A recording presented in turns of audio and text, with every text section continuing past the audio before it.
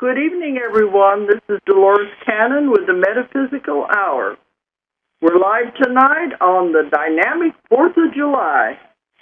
I guess you're going to be out there shooting fireworks after a while, but then we don't know. It goes all over the world. Some places don't have fireworks tonight. Okay, but it is a holiday, but I think they'll be listening anyway. In the United States, it's a holiday. In the United States, okay. All right, but it's live tonight on July the 4th, 2014. And we have a guest, but before I begin, I want to give out the toll-free number that anyone can call in if you want to ask questions. Of our guest. Yes, I would prefer you would keep your questions to the guest and not direct them to me. Okay, the toll-free number is 1-888-627-6008. 1-888-627-6008. And our guest tonight is Jack Churchward. Jack, you're in Florida, aren't you? Yes, ma'am. Okay. I know you're ahead of us in time, but I didn't remember exactly where you are. Oh, are you seeing anything of that hurricane that went through there? It didn't. It was on the. It was on the right coast, and I'm on the left coast. Oh, okay. So you didn't notice anything? Not much. We are getting some rain now, though.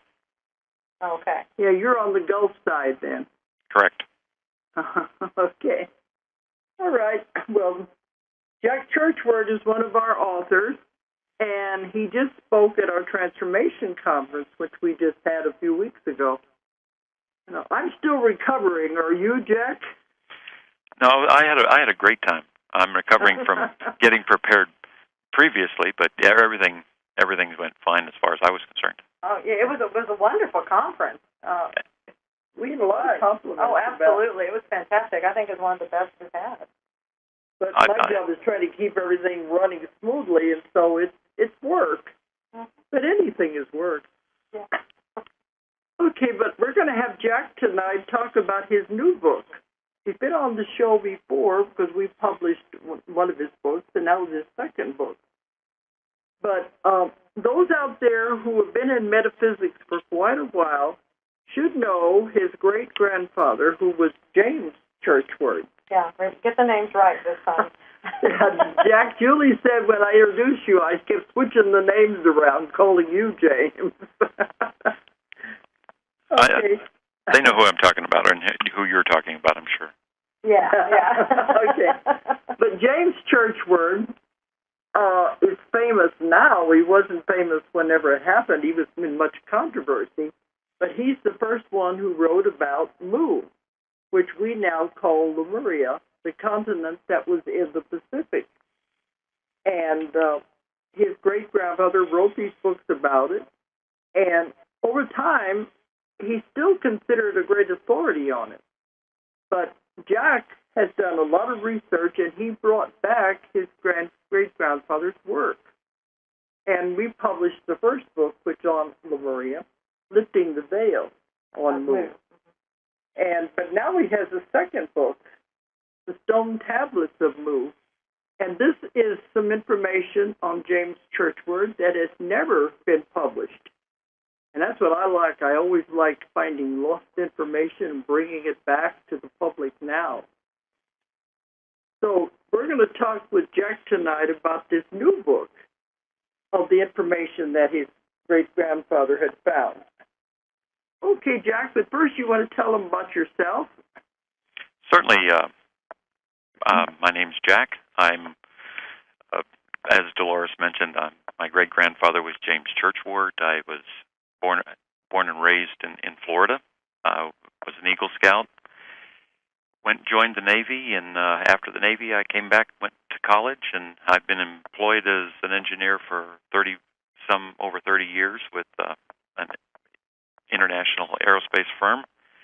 And I, after engaging in some political activities in the 90s, I suffered some personal setbacks and had some things that I went through that I wanted to overcome, and we overcame them, and I then took it upon myself to start to look at my great-grandfather's works, which lots of people had been sending me emails and asking me questions my whole life, and obviously I didn't take the opportunity to do it previously. I'd been a little busy, and anyway, my family wasn't that enamored of his theories.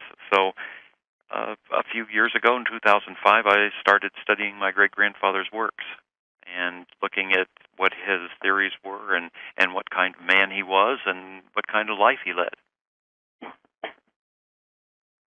And so in 2011, thankfully, I had the first book published, Lifting the Veil on the Lost Continent of Mu, Motherland of Men. And this year, the second book, The Stone Tablets of Mu, which contains copies of stone tablets found by William Niven near Mexico City, is to be printed. It's like, as Dolores mentioned, it's be the first time it will be in print. Yeah, because James never printed that for public, display, did he? That's correct. He, for Christmas 1927, he gave a 38-page handwritten document to his publisher.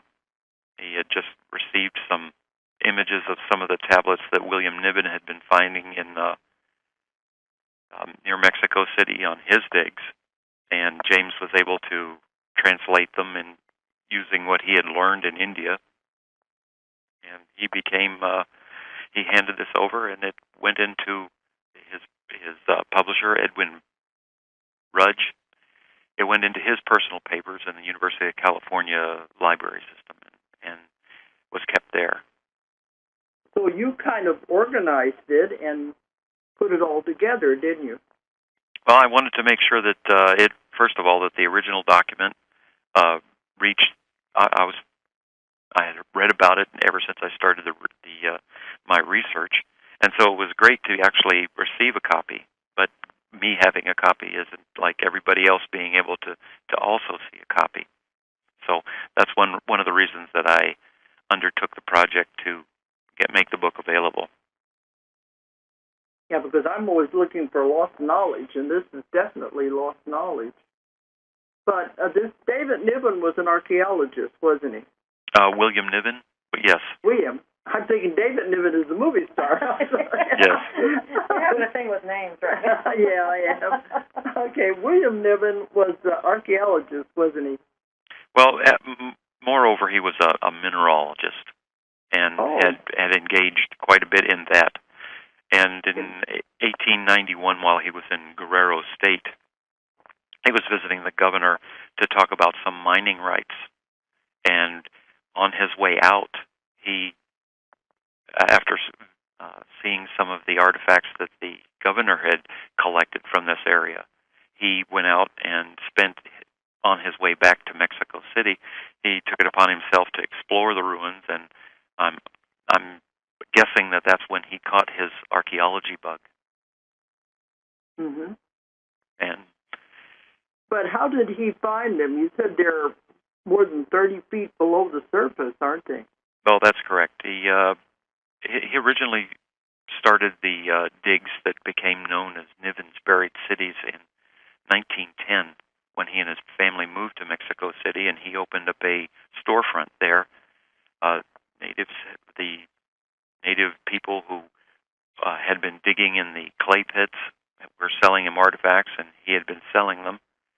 And when he discovered that he could pay one of them to show him where they came from, that's when he took it upon himself to go out into the clay pits that had been mined since the time of the conquistadors to build all the buildings in Mexico City.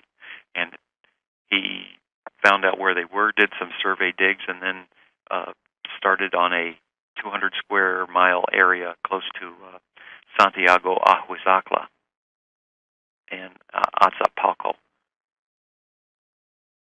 which were near Mexico City, where they're now suburbs of Mexico City. Mm. But back then they were open land with farmers and whatnot, and he was able to make a deal with the farmer and maybe get some help from the local people that needed a hand, and they'd do the digging, and he'd do the identification. From what I understand from reading his biography, he had a deal with the Mexican government so that the best of any of these artifacts he found would go to them, and others he would be able to keep and sell in his storefront so that he could continue the excavations on the weekends. Do you think he really realized what he had if he was just selling them to people? Well, some of them were the tablets, and he didn't start finding the tablets that James discusses in the book. He didn't find any of those tablets until 1921, but those other things that he found, like incense burners and all kinds of crazy things that showed him that there was a civilization which some people estimated to be maybe even hundreds of thousands years old. Oh, wow. And so with that, he kept on digging and finding everything he could. Because I know in the book you said he found walls, he found houses, and all kinds of things the more he dug down. Right. The walls, he said, some of it contained petrified wood, and he took that to mean that perhaps that these buildings were 50,000 years old. But he'd also found that the construction consisted of concrete and wood, and that there was masonry used. And additionally, some of the collapsed walls weren't completely collapsed that he discovered, and they had paintings, murals on the walls that he said that they rivaled those of Egypt and Greece and the Babylonians. So he said that he found some really amazing things there, including a jewelry workshop, complete with an oven and some very, very small, intricate molds for parts. Wow. Well, that always brings up the theory that Egypt, there was an association with the old ancient American and Egypt, really. Well, that is raised in some of the coverage that I write about in the book. Some of the people thought that there were Atlanteans, thought that the people were Atlanteans. Other people thought they were Lemuro Atlanteans. It was the Theosophist that wrote an article on Niven's buried cities, and they believed that some people came from the west, which were the Chinese people, and the other people came from the east, which would have been not the Egyptians directly, but they believed that it was the Atlanteans, and the Atlanteans split off and went one way and settled Egypt, and the other way and settled Central America. Yes, in my work I found that the ones from Atlantis went to Egypt whenever Atlantis went down. That would make sense. They would go either way. And I think you said that part of Mexico is supposed to be the remnants of Lemuria anyway, isn't it? Moo? I don't believe that was mentioned. Well, what James did write about is that the people that were there, and he called them Mayas, not the Mayas that we're familiar with, but the Mayas of Mu. And those, what James wrote about them, were that they were the ones that left the motherland and colonized the planet and were great navigators and whatnot. But they were the Nacal Brotherhood were the keepers of the knowledge, and he related that the tablets that Niven had discovered, he was able to decipher and place them into that context as being part of the knowledge and wisdom of the Nacal Brotherhood. Because, I've had others on the show who talk about in the Smithsonian Institute, there's a lot of things that they will never let anyone know about, and some of them were discovered in the Grand Canyon that were Egyptian artifacts. So I think that goes along with the idea there was a lot of other people here that the historians don't talk about. Well, some of the findings that Mr. Niven found were many small statues.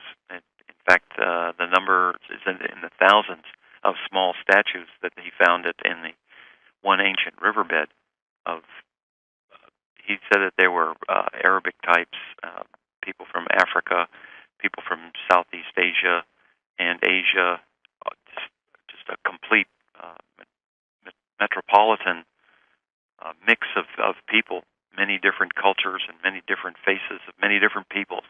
And these were all in that age range of tens of thousands or maybe even hundreds of thousands years old, as one archaeologist put it. Yeah, I know in the book you make a lot about this one you call the little Chinaman. He's a little statue that looks like a Chinaman. James made quite a bit about that, and so did Gavin Menzies. And Gavin Menzies, in his book about 1422, or the book about how the Chinese discovered the Earth. I wouldn't be surprised. Well, that was also covered. The Chinese legation to Mexico visited Mr. Niven in his storefront in Mexico City, and as he's going through, the article in the newspaper from the time mentions that all the dress on the people were Chinese, and he pointed out Chinese writing and the fact that some of the incense burners were exactly as the same. And so he said that these were obviously Chinese people that Mr. Niven had discovered. And the ruins were, you said, about 30 feet down. Correct. And they were over it was incredible. 2,000 square miles is something that they mentioned, that these ruins were found. It was an enormous city from what I've read. And you said that they went through the levels. They even found geological things like the remains of volcanic eruptions as they went down, didn't you? Correct. The first layer is from my reading. The first layer was covered by volcanic ash. The next layer was covered by the next layer of habitation was covered by some kind of flood, and then there's one more layer that was covered by 2 or 3 feet of other earth and boulders and whatnot. So yes, they were quite deep. A geological time frame right there. Yes. Historical happening. Yeah. I'm surprised that, I know the archaeologists didn't give your great-grandfather that much credibility, but I'm surprised they wouldn't have wanted to investigate this more. Well, there might be some other reasons to that, and being that the location of the tablets is not known. But, I mean, there were some that Mr. Niven was attempting to remove from Mexico that he rightly believed were his, and that should be going with him back to Texas when he moved back to Austin. And from what I understand from my reading, that he was unable to get the permits and took it upon himself to very carefully pack everything up and bury it in someone's yard in Veracruz. Oh. And I don't know who would know whose yard it was, but all those tablets and all those artifacts have been buried in someone's property. In Mexico, or who knows? In Mexico, near Veracruz. In Veracruz. You're going to have everybody seeking buried treasure now. Well, they were. It's not like I'm making this up. It came from Niven's biography. Buried Cities and Forgotten Gods. He mentions it very quickly near the end of the book. Have you thought about going down there and seeing if you could find it? I wouldn't know where to start. I have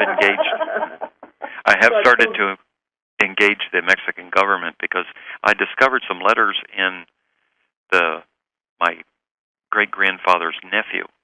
I obtained some of his correspondence a few years ago and was able to see in there some correspondence from the Mexican government.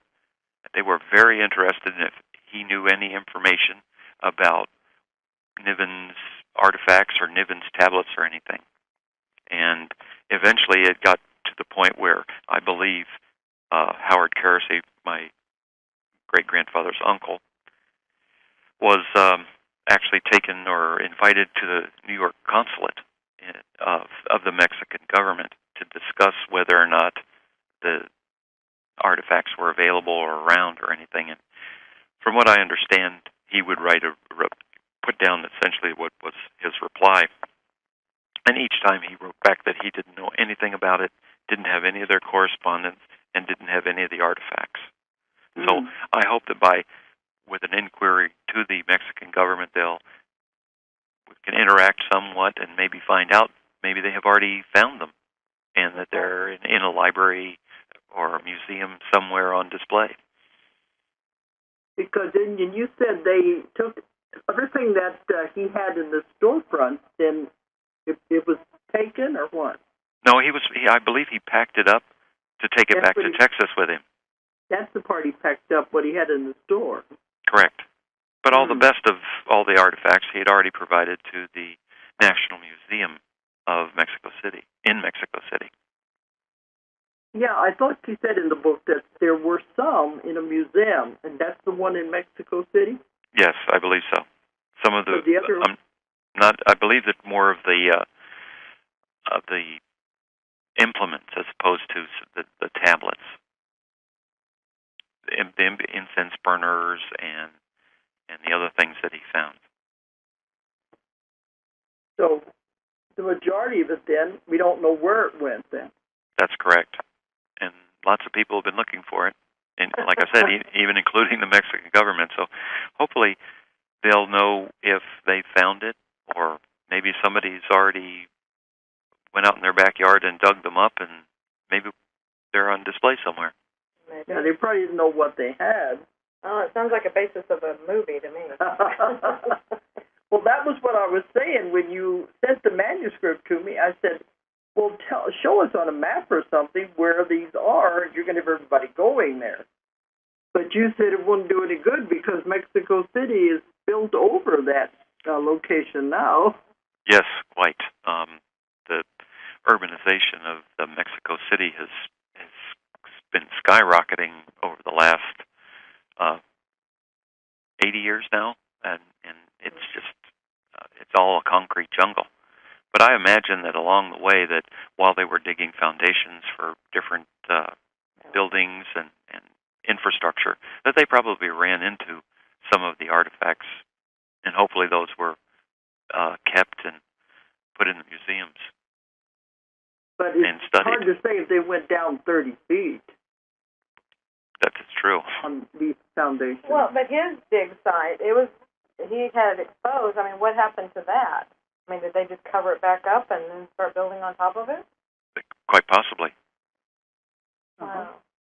So I was thinking if they were putting up buildings, did they go down 330 feet?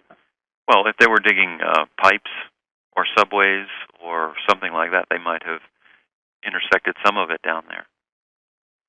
Well, I remember seeing something on the news, this has been several years ago, where they were digging subways down in Mexico City, and they came across a whole lot of stuff. And they had archaeologists in there to see it, and they said it was like lost findings. But I don't know where I saw that now, but it was the remains of a lost city. So that would make sense if that's how they would find it, by digging like that. That deep. Yeah. And when we were in Athens, they said every time somebody digs in their garden, they find something. Yes, I'm sure of that. They said if they do, they're supposed to, if they're building a building or anything, they're supposed to stop everything and call the archaeologists. So they said if they're digging in their garden and find something, they just cover it all back up. They don't tell anyone. They didn't want anybody coming in there messing with their yard. I don't blame them. But only a lot of places still left like that in the world. But to me, it's the most amazing about how old it is. Because that would be a civilization would be older than the pyramids, older than Egypt. Absolutely. That's correct. So it kind of throws all the archaeologists' date lines out the window.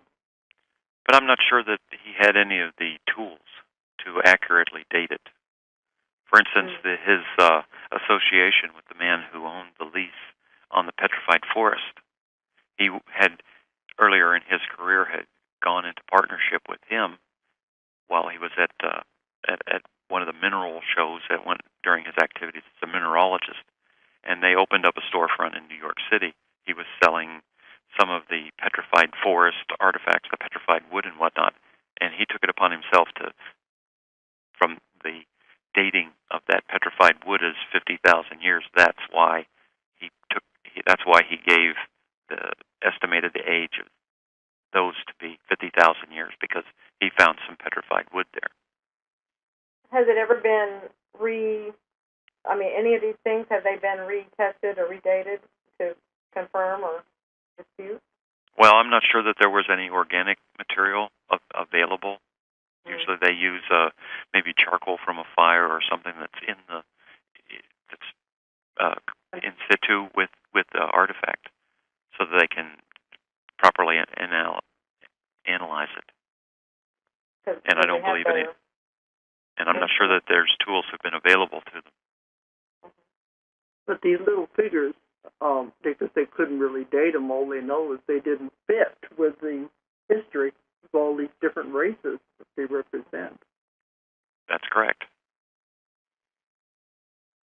I can remember, Eric von Daniken, when his book first came out, what was that, 60s, 70s? One of his first books, he talked about going down in caves, and I think it was in Mexico, and this was a place where there was very dangerous because they had all these tribes that didn't want a white man in there. And they said he went down in these caves and found all kinds of little figures. And it's one of his early books that has pictures. I wonder if they could be along the same thing. I do. Have you ever heard of that, of Eric von Daniken doing that? No, I'm not aware of that, no. I'll have to look it up because I have all of his old books. But there was one, he said they only had a certain length of time to stay down there because the tribes didn't want them in that area, and it was very dangerous. So that would be digging down. Caves would be way down in the earth. Yes. Could be the same city, if it was that big.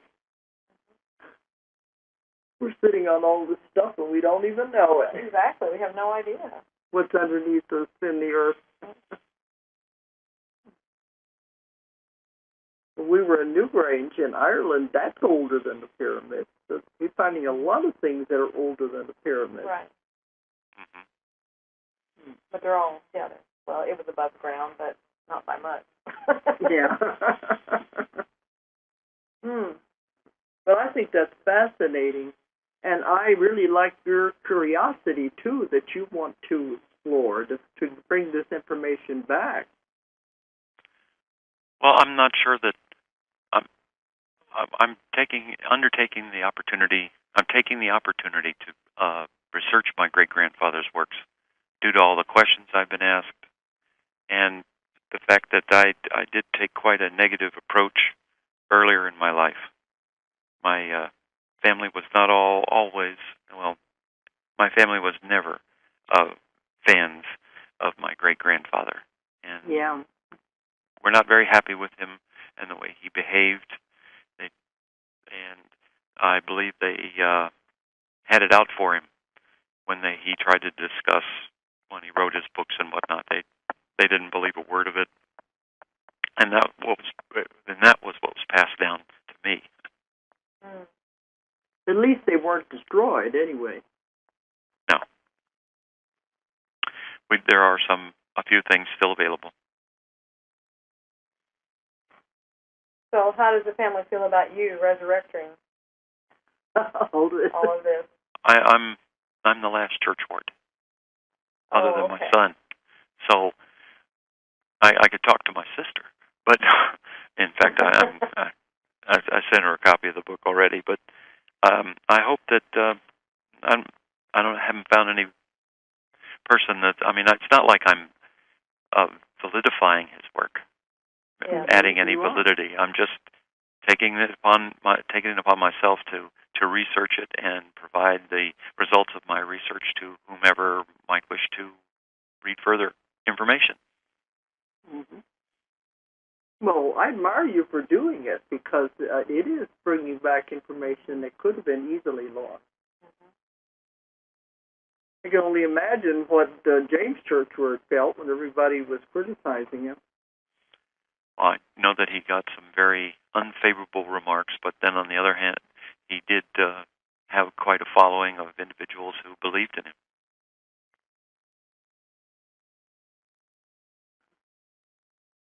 Well, that's the trailblazers. That's what they do. Yes, the pioneers get the arrows, and the settlers get the homes. What was the last part? And the settlers get the homes. There you go. Yeah, there you go. Okay.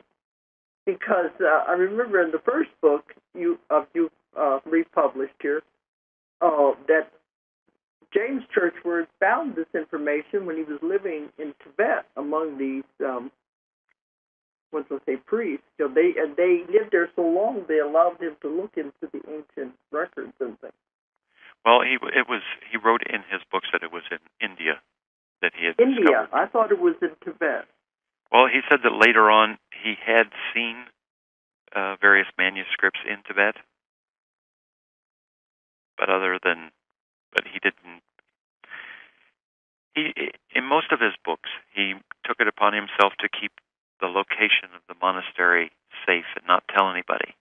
But in the 1990s, one of his old books that was a gift to his nephew Howard Kersey, and was only supposed to be meant to be given to Howard Kersey. It wasn't supposed to be made public. It was published by Brotherhood of Life Publishing, and it's called the Books of the Golden Age. And in it, he does reference the name of the monastery in Tibet. Unfortunately, I have looked at maps. I've spoken with one of the leaders of one of the main schools of Tibetan Buddhism, and he has mentioned that he's also looked into it after I mentioned it to him, and he had spoken with all his abbots and sent out the feelers, and there was nothing came back to say yes, it's still there, or yes, it was there, because it was under James. James also believed that the monastery that was up there, it wasn't a Tibetan Buddhist monastery.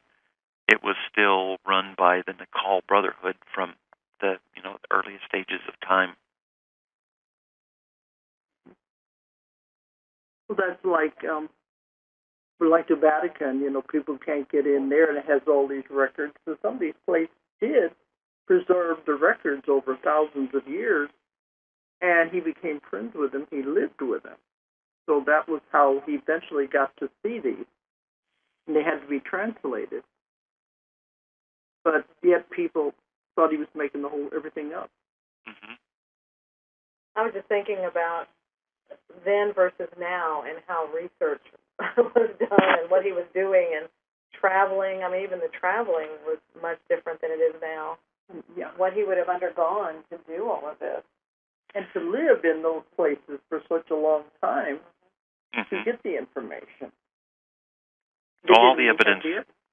What? Well, all the evidence I've found indicates that he spent at least 10 years, maybe 9 or 10 years in Sri Lanka, and owned tea plantations there.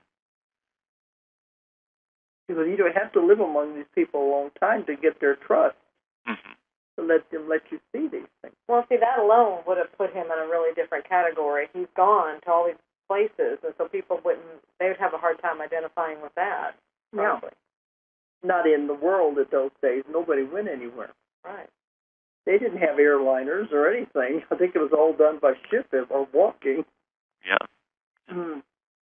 But then to have, he found all of this, and then to have everybody be criticizing him and saying he was making it up, because it couldn't have been a continent out in the Pacific. Well, it couldn't have been that many people against it.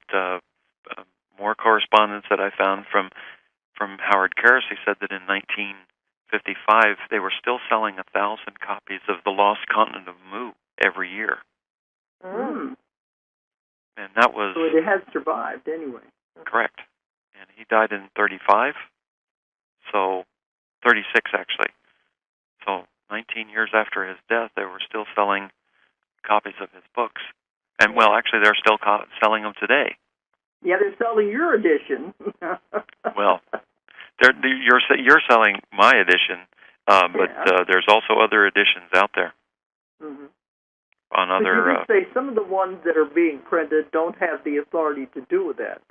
Well, from what I understand, the copyright was signed over to my father or myself in the 70s, and that was for, I think, The Lost Continent of Mu and maybe one other.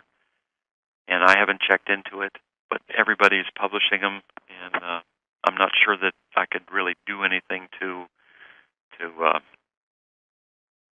bring them to justice, or if there is such a thing as bringing them to justice. I'm glad that they're bringing out the information and providing it to everyone. But as long as they're doing it correctly. Yeah, absolutely. But that really is a trailblazer there. Oh, yeah. And even to have your own family think you're crazy. Well, but there again, see, he was gone. He didn't take the family with him, did he? Oh, no, he didn't. Actually, after he'd been married about 10 years, I believe he had a falling out with his wife and my grandfather, who was his son, and they parted ways and went in different directions. Yeah, she said, "You're never home. You're always traveling." That would make sense. But anyway, it's wonderful information. And that's what I liked about this latest book, is that it's information that has never been published before. But we can't have everybody going down to Mexico City and start digging up the streets. You might have some very angry landowners. To go in somebody's backyard and start digging it up. Because you give the location, but I think it'd still be pretty hard to find. Well, actually, I entered the names, and Google Earth just popped the names right up. I mean, they're still there, but what's the problem with it is that they've paved it over. Yeah, so that'd be a little difficult. Mm-hmm.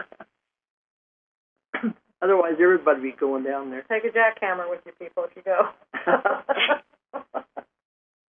Was there anything valuable, like gold or jewels or anything that Niven found? Well, he did find. He was actually his major occupation, I guess, before he became the archaeologist, was as a mineralogist, and he did find mines and worked to get them open and running, and actually work them with the workforce.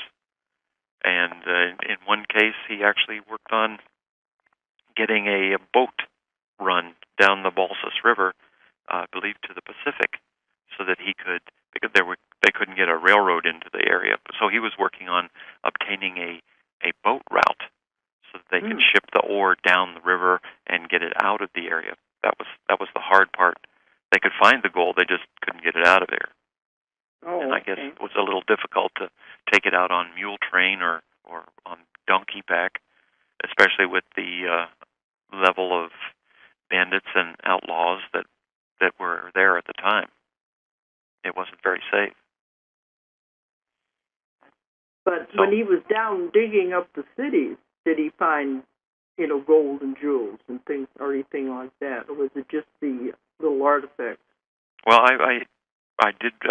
He did mention that he did find a goldsmith shop, and there were still some gold in some of it. I'm not sure that he found it. He doesn't go into length and itemize what he had found, and I don't remember reading about any gold or jewels or precious metals. Speaking of Indiana Jones. Yes. Well, I think you have found your calling anyway, that you're determined to get this information out. Well, I wanted to make it available so that everybody could see a more complete picture of my great-grandfather. Well, what are you working on now? Or have you stopped?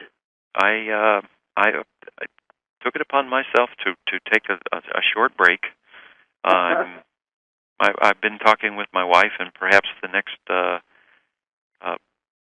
point of research will be about the Great Uyghur Empire and how that has been mentioned. The Great Uyghur Empire from Central Asia. James wrote about it in most of his books. He wrote that there was a Great Uyghur Empire in Central Asia, and that was the first and primary colony of the lost continent of Mu in Asia. And unfortunately, where they went then.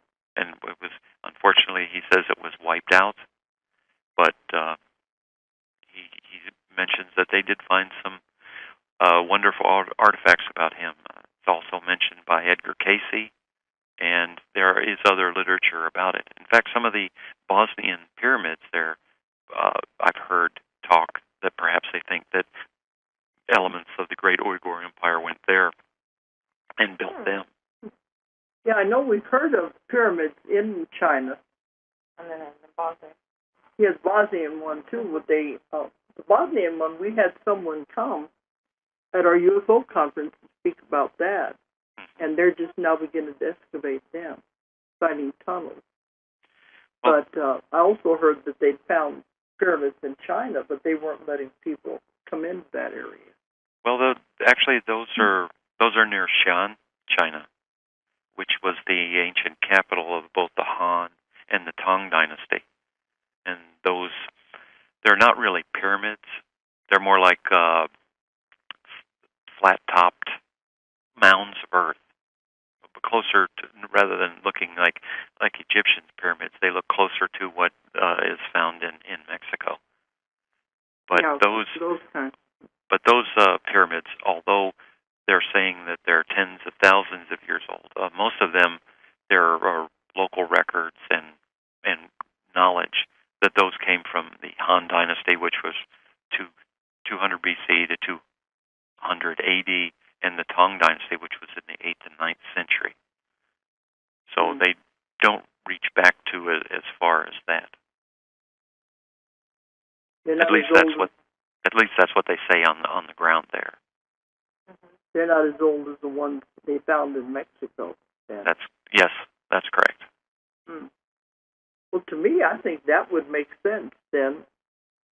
That from Mexico they spread out. Well, that's what Le Plongeon believed. Augustus Le Plongeon believed that that's where human civilization began in Central Asia, in Mexico. Oh, because they always say it began in Africa. Yes. But you think it started in Asia then, which would make sense. Well, there's also a camp that believes that civilization came from Central Asia. And they call it I believe that some of them call it the Uyghur Empire. But I'm not sure if they've got things a little goofed up. Well, they said the alphabet and all those things began in Asia. But, of course, they had the different kind than we do. But a lot of the things, the culture just sprung all of a sudden there, and they were able to develop a lot of skills very quickly. That's what I've heard. So you said you want to start working on that. And what's involved when you start doing? Well, essentially, I need to read lots of stuff. You got to be able to retain lots of stuff too. Absolutely, make lots of little notes and little notebooks here and there. Hopefully, they'll all stay in one big file, and then sit down and organize it and just write it out. Like that's the easy part, right? Yeah. Is this something that has not been published before? I'm not aware of any writing about the Uyghur Empire. Now, maybe there are scholarly works that describe the historical Uyghur Empire from the 8th century which was Mongolia.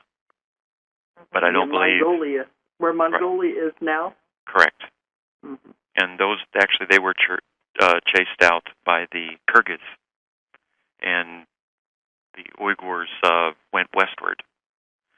Some of them even studying or settling as far away as Bulgaria and Hungary.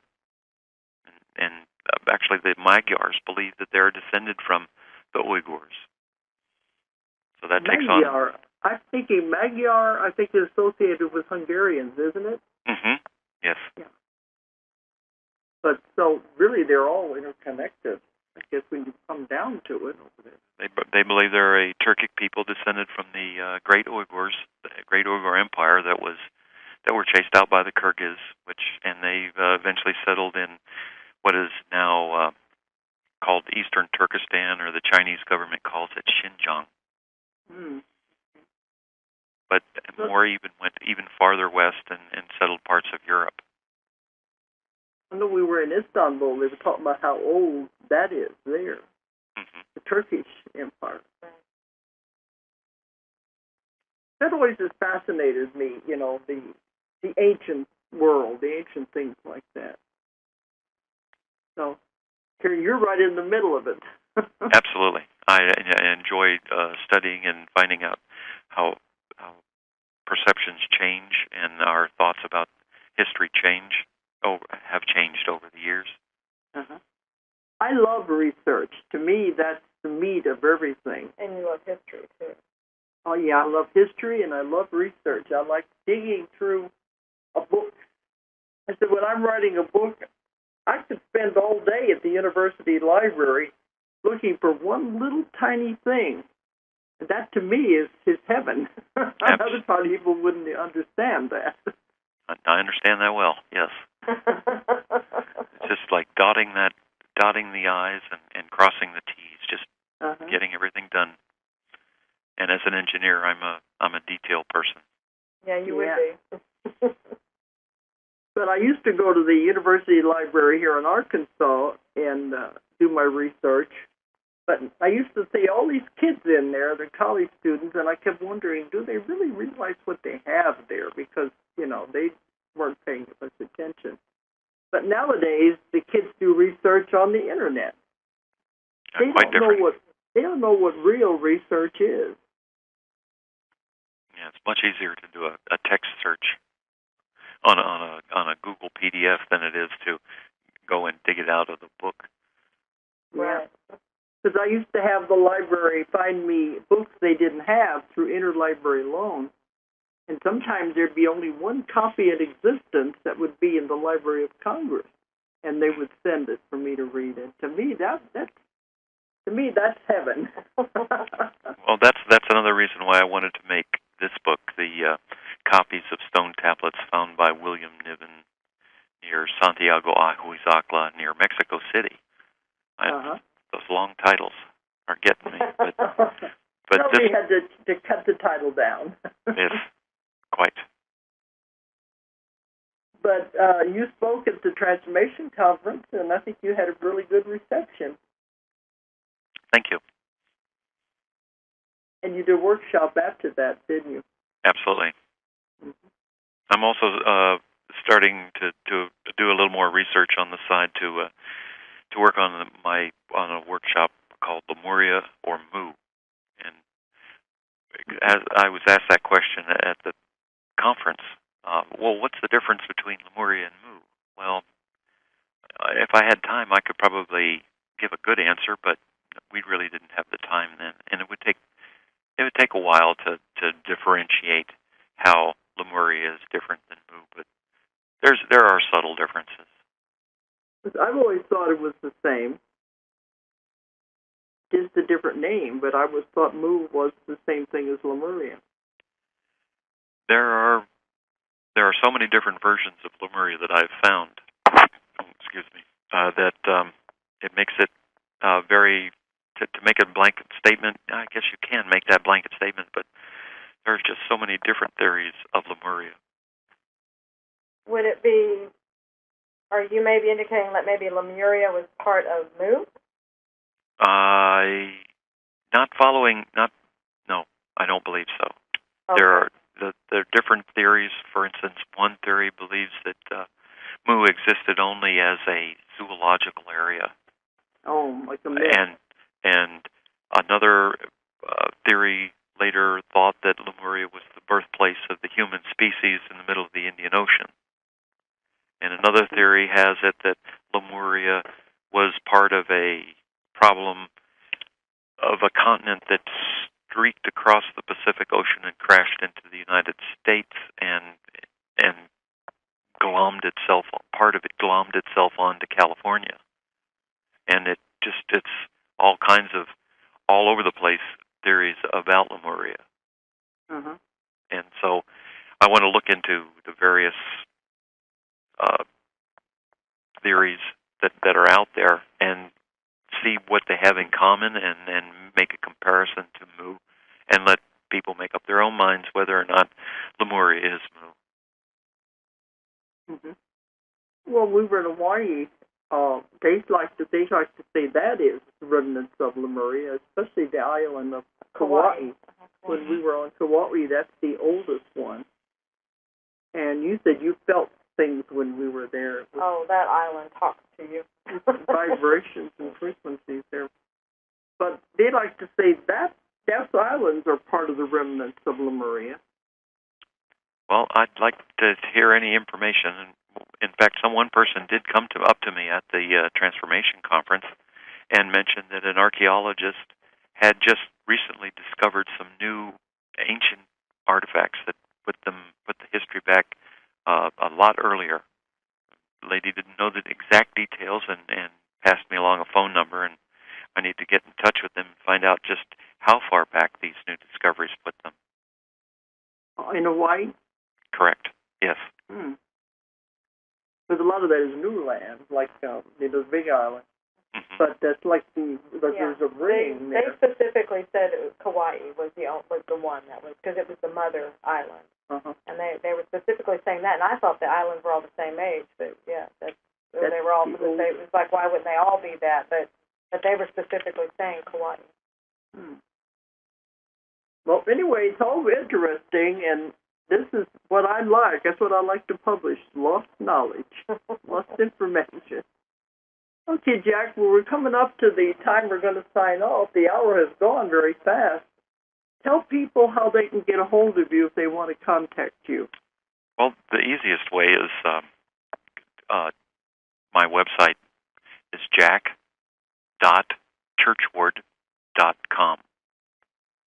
And there are links on there to all my other resources. There's a page on each of my books. I've got links to my YouTube page.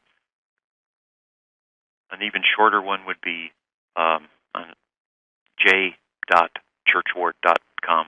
Provides links to everything. That's just for links. And you can get to links, all my links there. Mm-hmm.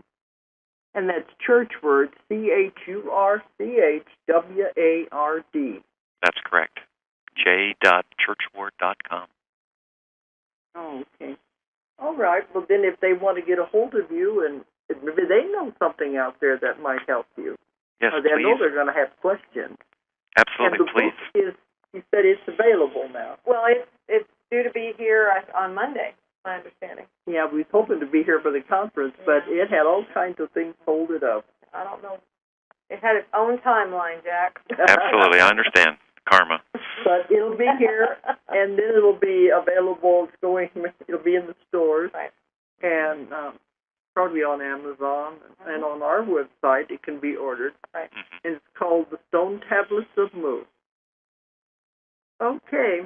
Well, it's time to sign off now. Thanks for coming on, Jack. No, thank you very much. I had a wonderful time both at now and the Transformation Conference. Okay. You keep writing and doing research. Yes, ma'am. Okay. Well, thanks, everyone, for listening tonight. Good night.